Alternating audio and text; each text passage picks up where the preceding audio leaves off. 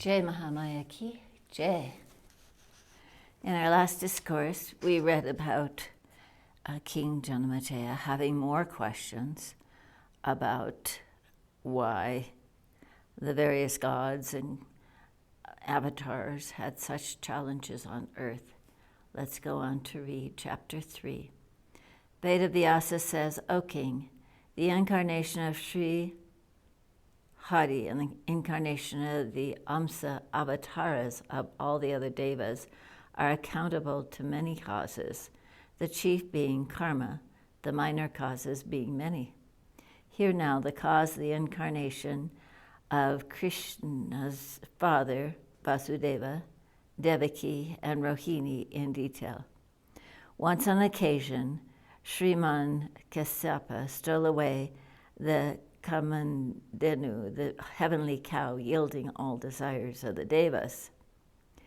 Varuna of the deva Varuna for his sacrificial purposes, and though he was entreated by Varuna often to return the cow, Kasyapa did not return to him that, the best of all cows.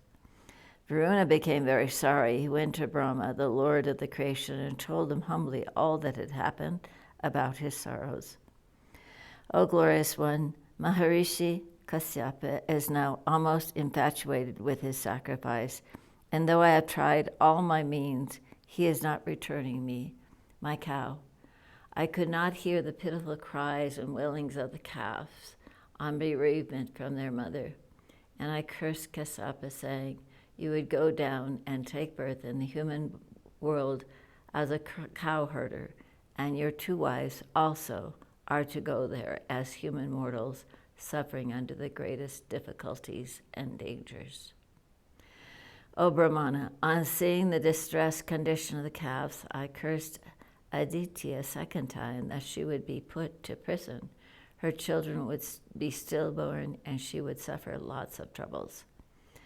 O Janamejaya, hearing this, the lotus-born Brahma called Kasyapa before him and asked, O fortunate one, why have you stolen away the cow of Varuna Deva, the guardian of the quarters of the world? And why have you committed an offense in not returning the cow to him? Bhagavan, you are intelligent, you know everything fully. Knowing that it is a sin to steal others' properties, why have you committed this unlawful act of stealing away the cows? Oh, what is the wonderful influence of covetousness? Even those that are great are not free from the clutches of greed. Covetousness is the source of all sins, is unapproved by the sages, and leads to hell. Lo, Maharishi Kasyapa is not able to leave this vicious habit even now. What shall I do? I will hence count greed as more powerful than even fate, the ruler of all destinies.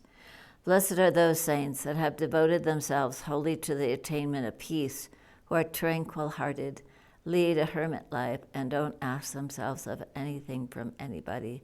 Verily, those are blessed. This covetousness is a powerful enemy. It is always unholy and odious. See, its influence has overpowered the Maharishi Kasyapa and has tied him down to an ordinary affection and has urged him to commit a sinful act.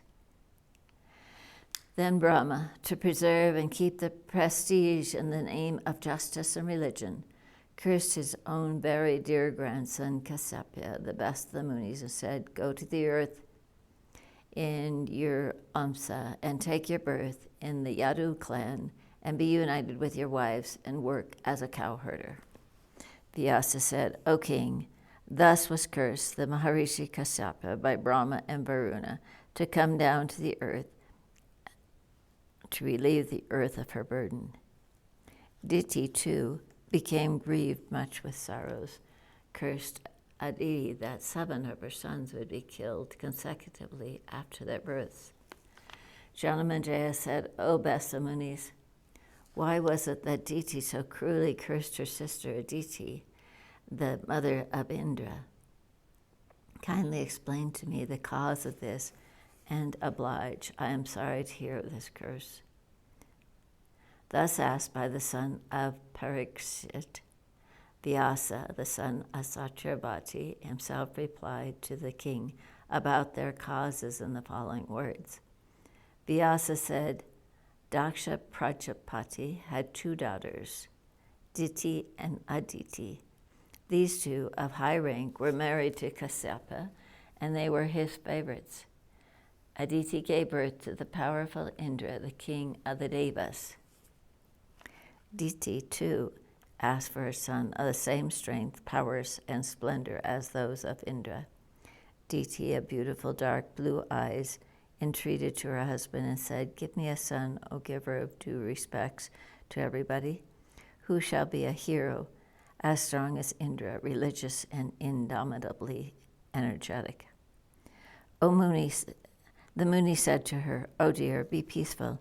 I advise you to take a vow, practice a rite, and when the period of your practice will be over, you will get a son like Indra.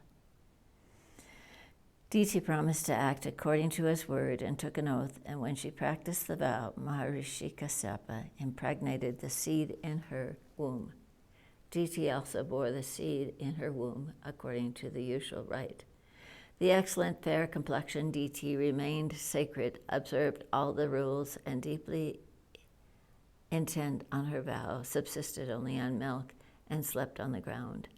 Thus, when the fetus was fully developed, Diti began to look white and full of splendor.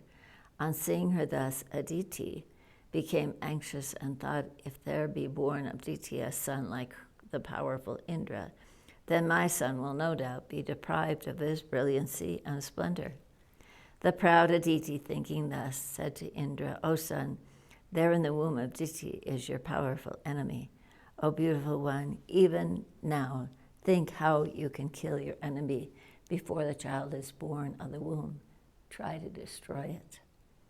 Since the time I have looked on my co-wife Diti of beautiful eyes and proud, this is the one and only thought that troubles the peace in the innermost of my heart.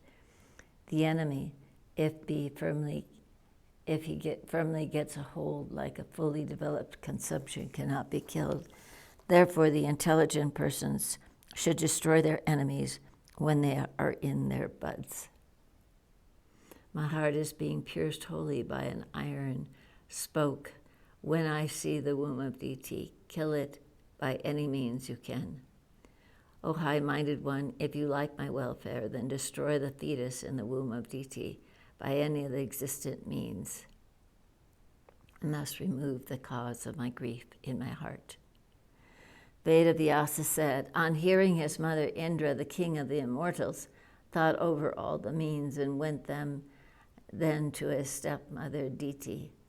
That evil-minded Indra bowed at the foot of Diti with humility and addressed her with words sweet but full of poison. O mother, you have become very weak, lean, and thin in this practice of your vows. I have come to serve you. Order me now what I can do for you. O chaste one, to your husband, I want to shampoo your feet.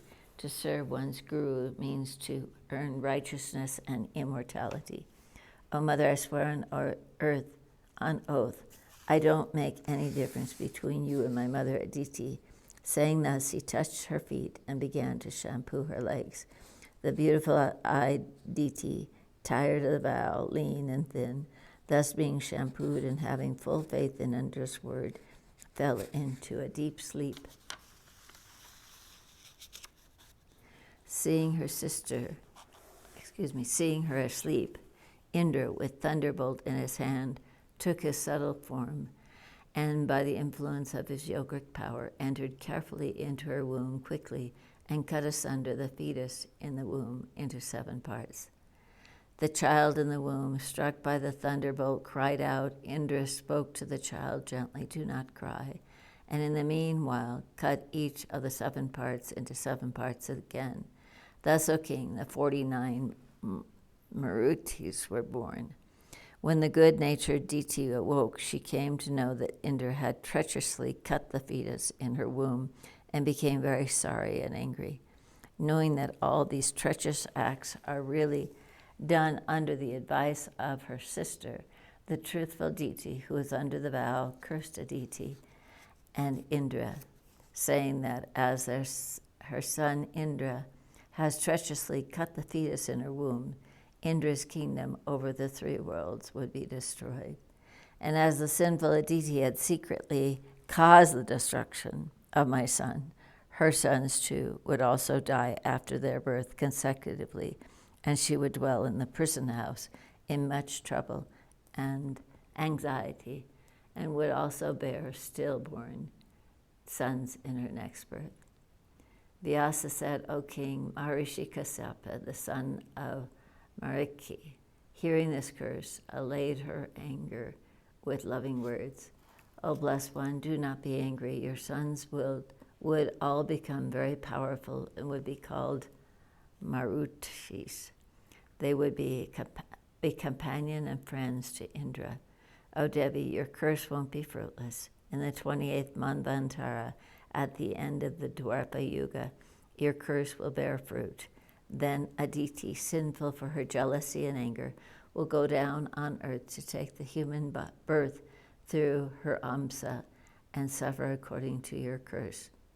Varuna, too, had become very grieved and cursed her, and due to both these curses, this Aditi will be born as a mother, a woman.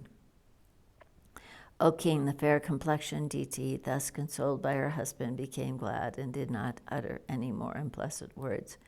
O king, thus I have narrated to you the cause of the previous curse. O best of kings, thus Aditi was born as Deviki out of her Amsa. Here ends the third chapter, the fourth book of the Mahapurana, Srimad Devi Bhagavatam, of 18,000 verses, on the former curse of Vasudeva and Deviki by Maharishi Veda Vyasa. Jai Mahamaya ki jai, Haryakandashvari Mata ki jai, Vishveshvari Mata ki jai, Bole Baba ki jai.